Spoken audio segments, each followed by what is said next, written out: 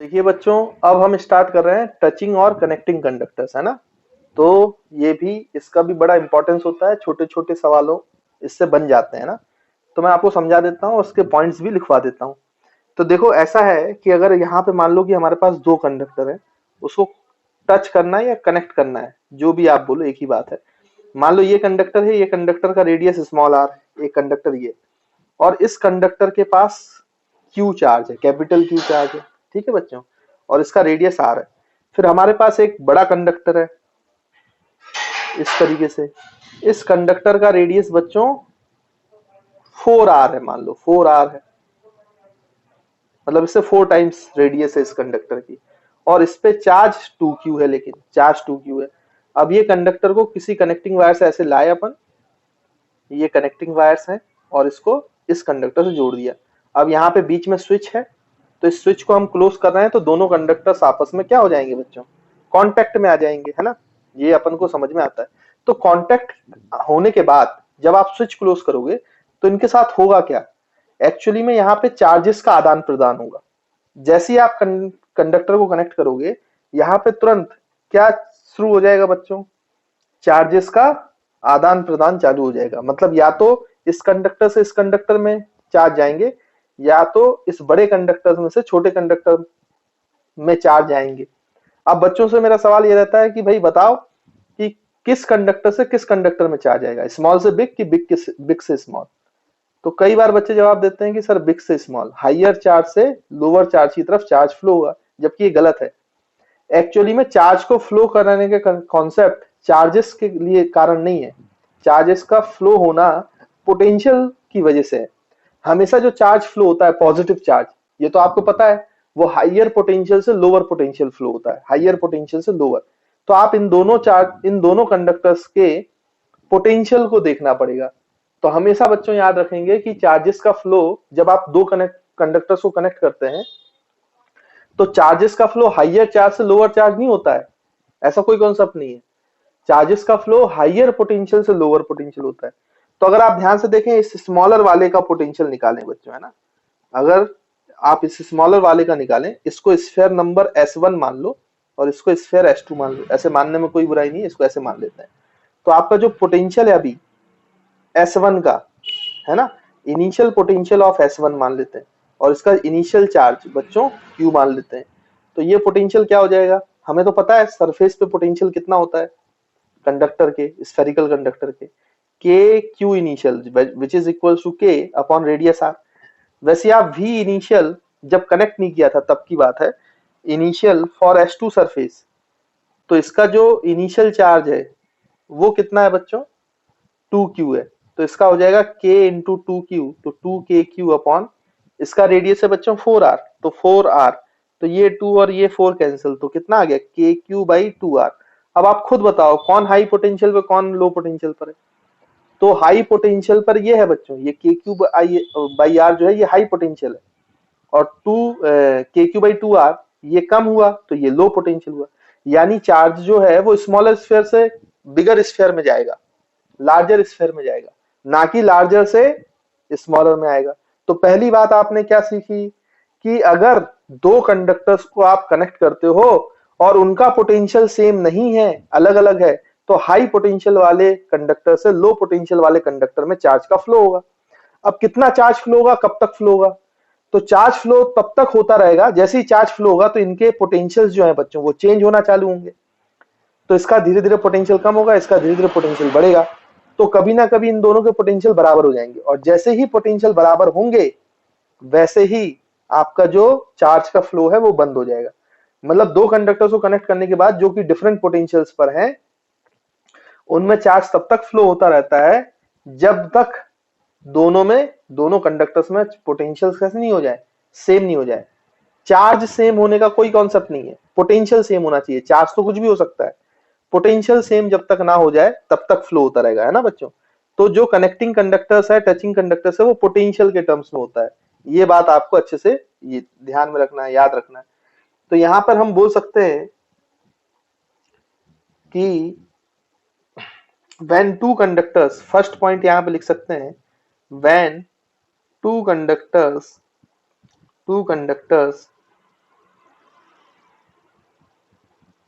Are connected, are connected, connected और touched, है ना, टचिंग में भी यही होगा, और touched, when two conductors are connected or touched, then there is a transfer of charge, there is a transfer of charge, there is a transfer of charge take place, take place, लेकिन याद रखेंगे बच्चों कैसे होगा transfer of charge, from higher potential to lower potential, then there is transfer of charge take place from higher potential conductor to lower potential conductor, to lower potential conductor, है ना। तो I hope आपको ये वाला point समझ में आया होगा। अब बेसिकली ये कब तक कनेक्ट होगा, मतलब ये कब तक फ्लो मेंटेन रहेगा, तो आप लिख सकते हो कि transfer of charge, transfer of charge, transfer of charge continues, transfer of charge continues, continues unless or until the potential of potentials of both conductors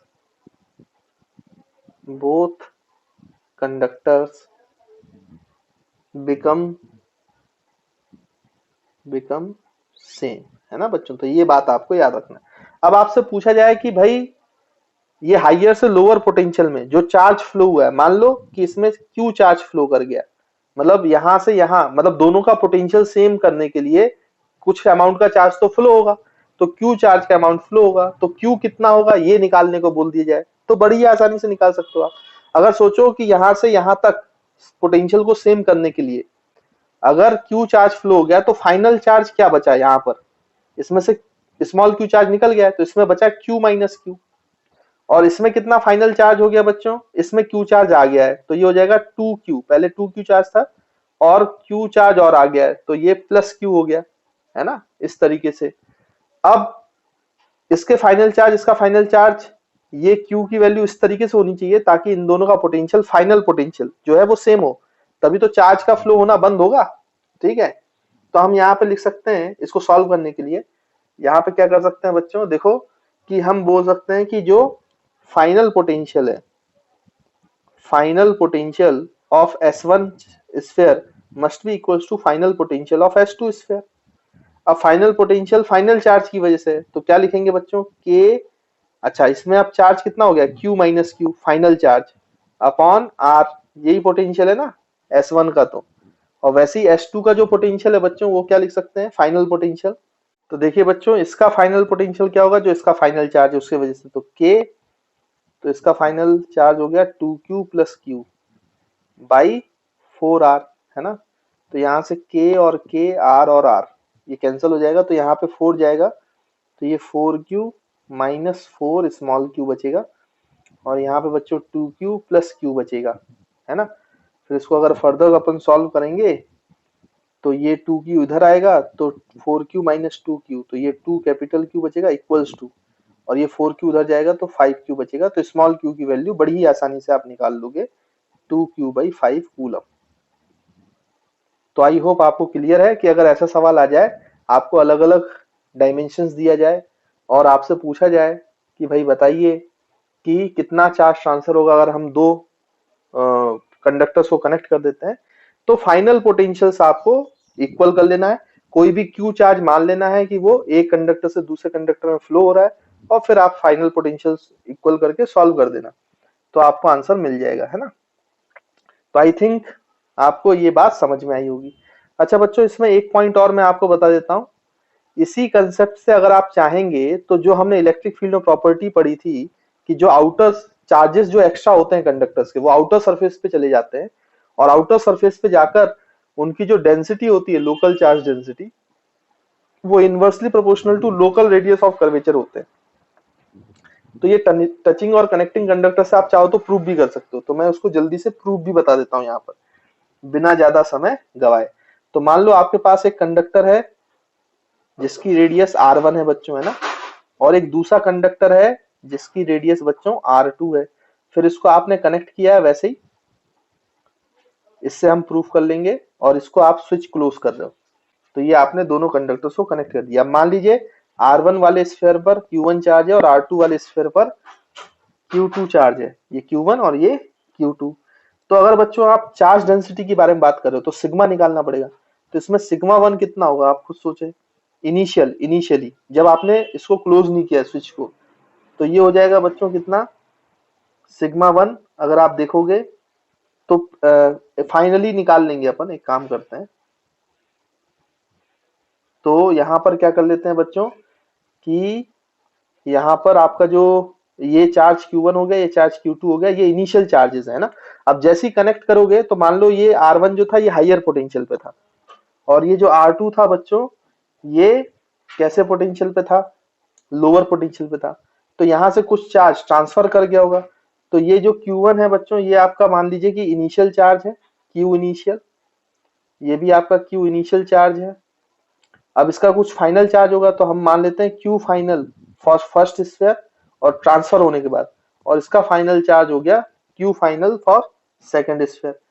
तो एक बात आप सोचें कि इनिशियल चार्ज कितना था, अगर इस पूरे को आप सिस्टम मान लो, तो चार्जेस का ट्रांसफर ही तो हुआ है एक कंडक्टर से दूसरे कंडक्टर, मतलब जो टोटल चार्ज है वो तो सेम रहेगा ना, इससे कितना भी चार्ज यहाँ ट्रांसफर हो, लेकिन दोनों का सम, अगर इस पूरे को सिस्टम मान लें, आइसोलेटेड सिस्टम, तो एक दूसरे में ये क्या कर रहे हैं, चार्ज को ट्रांसफर कर रहे हैं। But net charge of the system कैसा है बच्चों, वो तो कंजर्व्ड रहेगा। तो हम यहाँ पे कंजर्वेशन ऑफ चार्ज अप्लाई कर सकते हैं, है ना। तो एक इक्वेशन मिल जाएगी, क्योंकि यहाँ पर Q इनिशियल Q फाइनल 2, अपने पास दो वेरिएबल है तो दो इक्वेशन चाहिए, तो एक पोटेंशियल से आ जाएगी और एक कंजर्वेशन ऑफ चार्ज से आएगी। तो कंजर्वेशन ऑफ अगर चार्ज लगा लें, अगर इस पूरे को सिस्टम मान लें, तो इससे इसमें ट्रांसफर हुआ बट कोई नया चार्ज नहीं आया और कोई डिस्ट्रॉय नहीं हुआ, तो net charge of the system remains constant, that is conservation of charge. तो अगर आप यहाँ पे कंजर्वेशन ऑफ चार्ज लगाएंगे बच्चों, तो जो इनिशियल चार्ज था मतलब Q1 प्लस Q2 वो फाइनल चार्ज के बराबर होगा, मतलब Q final charge of first sphere and Q final charge of second sphere. तो एक इक्वेशन तो बच्चों ये हमारे पास आ गई। फिर दूसरी इक्वेशन क्या है कि फाइनली क्या होगा, जो आपका 1 का पोटेंशियल है फाइनल पोटेंशियल, वही आपका सेकंड का फाइनल पोटेंशियल हो जाएगा। तो हम यहाँ पे लिख सकते हैं कि final potential of first sphere becomes final potential of second sphere after touching the conductor. उसके बाद आप ध्यान से देखो तो यहाँ पर क्या लिख सकते हो आप, इसको लिख सकते हैं के Q final of first sphere divide by radius which is equals to R1, और यहाँ पे लिख सकते हो बच्चों आप कितना, के Q final charge of second sphere upon उसकी रेडियस कितनी बच्चों, R2।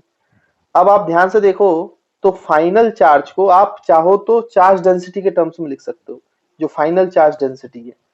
तो चार्ज को क्या लिख सकते हो, charge density, final charge density into surface area, यही तो लिख सकते हैं हम। तो यहाँ पे देखो Q1 फाइनल को क्या लिखा जा सकता है बच्चों, के Q1 फाइनल, तो सरफेस चार्ज डेंसिटी इसकी फाइनली मान लो सिग्मा 1 हो गई, और इसकी finally surface charge density sigma 2 हो गई। तो आप कैसे लिखोगे, यहाँ पर Q फाइनल को लिखोगे sigma 1 multiplied by surface area, तो ये हो जाएगा sigma 1 multiplied by 4 pi R1 का स्क्वायर डिवाइड बाई R1, है ना बच्चों, यहाँ पे R1 है। और Q2 फाइनल को सरफेस चार्ज डेंसिटी में लिखना है तो क्या लिखेंगे, के Q2 को लिख सकते हैं sigma 2 surface charge density of the final sphere finally multiplied by surface area of second sphere, तो 4 पाई R2 का स्क्वायर डिवाइड बाई R2। अब देखो जो जो कट रहा है वो काट दो, ये कट गया, ये कट गया, ये कट गया, के कट गया, 4 पाई कट गया, के कट गया, 4 पाई कट गया। तो यहाँ से बचा sigma 1 upon, sorry sigma upon में तो बचा नहीं, यहाँ पे R1 बचा है, तो sigma 1 R1 equals to sigma 2 R2, यानी कि surface charge density and radius का मल्टीप्लाई जो है डिफरेंट कंडक्टर्स के लिए वो कैसा आ रहा है बच्चों, इक्वल आ रहा है। यानी कि सरफेस चार्ज डेंसिटी किसी भी स्फीयर की और मल्टीप्लाइड बाई रेडियस, ये क्या हो जाता है बच्चों, कांस्टेंट है, कांस्टेंट है, ऐसा बोल सकते हैं ना। सिग्मा वन आर वन है equal to sigma two R two है, तो ऑब्वियस सी बात है सिग्मा और आर का जो प्रोडक्ट है वो हर जगह पे, हर सरफेस पे कैसा होगा, कांस्टेंट होगा। तो अगर किसी लोकल, किसी कंडक्टर के लिए बात करते हैं तो लोकल सरफेस चार्ज डेंसिटी जो होगी sigma becomes inversely proportional to radius of curvature. यही तो आया, ये अगर ये दोनों कांस्टेंट है तो कांस्टेंट हटाएं तो सिग्मा और रेडियस के बीच में कैसी प्रोपोर्शनलिटी है, इनवर्स प्रोपोर्शनलिटी है ना। तो sigma is inversely proportional to radius of curvature. अब ये किसी कंडक्टर के लिए वैलिड है, कंडक्टर के हर सरफेस पर जो लोकल चार्ज डेंसिटी है और रेडियस है उनका प्रोडक्ट कांस्टेंट होगा, इसलिए आपका जो डिस्ट्रीब्यूशन है वो शार्प एंड्स पर जहां पे रेडियस ऑफ कर्वेचर कम होता है वहां सिग्मा ज्यादा हो जाता है, और जो फ्लैट एंड्स है जहां पे रेडियस ऑफ कर्वेचर ज्यादा होता है वहां पर सिग्मा कम हो जाता है। तो इस तरीके से आप इसको हमने प्रूव भी कर दिया है ना बच्चों, जो प्रॉपर्टी हमने कंडक्टर्स को पढ़ते समय लिखी थी। तो आई थिंक ये आपको क्लियर होगा। तो ये टचिंग और कनेक्टिंग कंडक्टर्स का छोटा सा सेक्शन था, वो अपन ने कंप्लीट कर लिया।